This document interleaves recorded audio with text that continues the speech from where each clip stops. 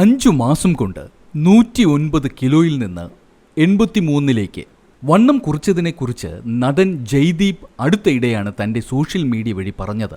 വണ്ണം കുറയ്ക്കാൻ ആഗ്രഹിക്കുന്നവരാണ് നിങ്ങളെങ്കിൽ അദ്ദേഹത്തിൻ്റെ ഈ ഡയറ്റ് നിങ്ങൾക്കായി വിശദീകരിക്കുകയാണ് എത്നിക് ഹെൽത്ത് കോട്ട്. 1. സ്നാക്സ് ഹെൽത്തിയാക്കാം.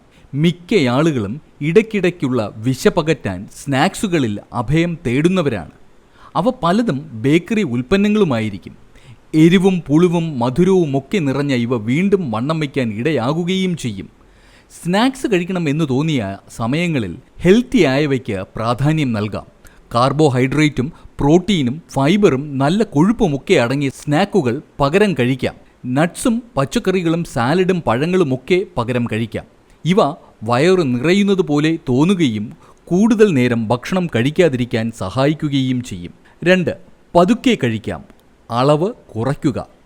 പലരും ഭക്ഷണം അളവ് നോക്കാതെ വാരി വലിച്ചു കഴിക്കുന്നവരാണ്. ഭക്ഷണം വേഗത്തിൽ കഴിക്കുന്നതും അളവിൽ ശ്രദ്ധിക്കാതിരിക്കുന്നതുമൊക്കെ വണ്ണം കൂടുന്ന ഘടകങ്ങളാണ്. അതിനാൽ ഇവയിൽ മാറ്റം വരുത്തേണ്ടതും പ്രധാനമാണ്. കഴിക്കുന്ന ഭക്ഷണത്തിൻ്റെ അളവ് കുറയ്ക്കലാണ് ആദ്യം ചെയ്യേണ്ടത്. ചെറിയ പാത്രത്തിൽ സാധാരണ എടുക്കുന്നതിനേക്കാൾ കുറച്ച് അളവിൽ ഭക്ഷണം എടുത്തു തുടങ്ങാം. പതിയെ പതിയെ അതിൻ്റെ അളവ് കുറച്ചു കൊണ്ടുവരികയും ചെയ്യാം.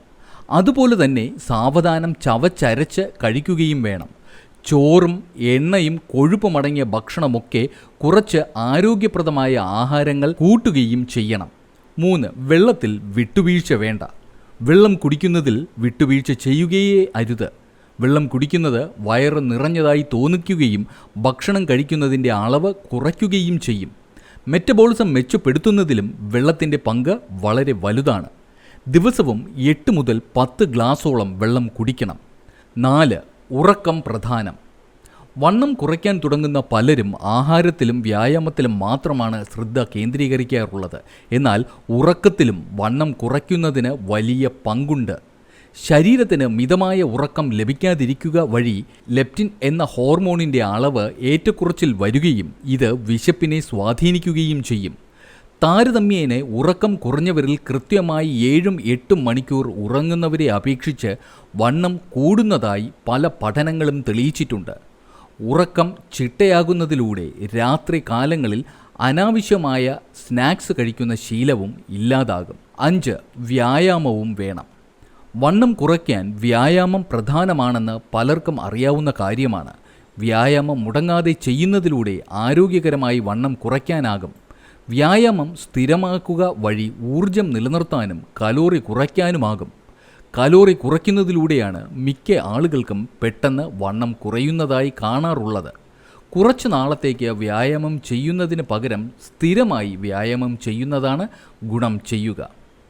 കർശനമായ ഡയറ്റിംഗ് പിന്തുടരുന്നതിനെക്കുറിച്ച് ജയ്ദീപ് പറഞ്ഞിട്ടുണ്ട്. കാർബോഹൈഡ്രേറ്റും ജങ്ക് ഫുഡും പാടെ ഉപേക്ഷിക്കുകയായിരുന്നു ആദ്യ പടി എന്നാണ് ജയ്ദീപ് പറഞ്ഞത്.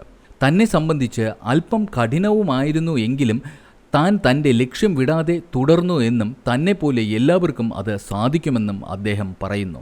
ഈ അറിവ് മറ്റുള്ളവരിലേക്കും പകർന്നു കൊടുക്കൂ. Ethnic health court, forward to good health.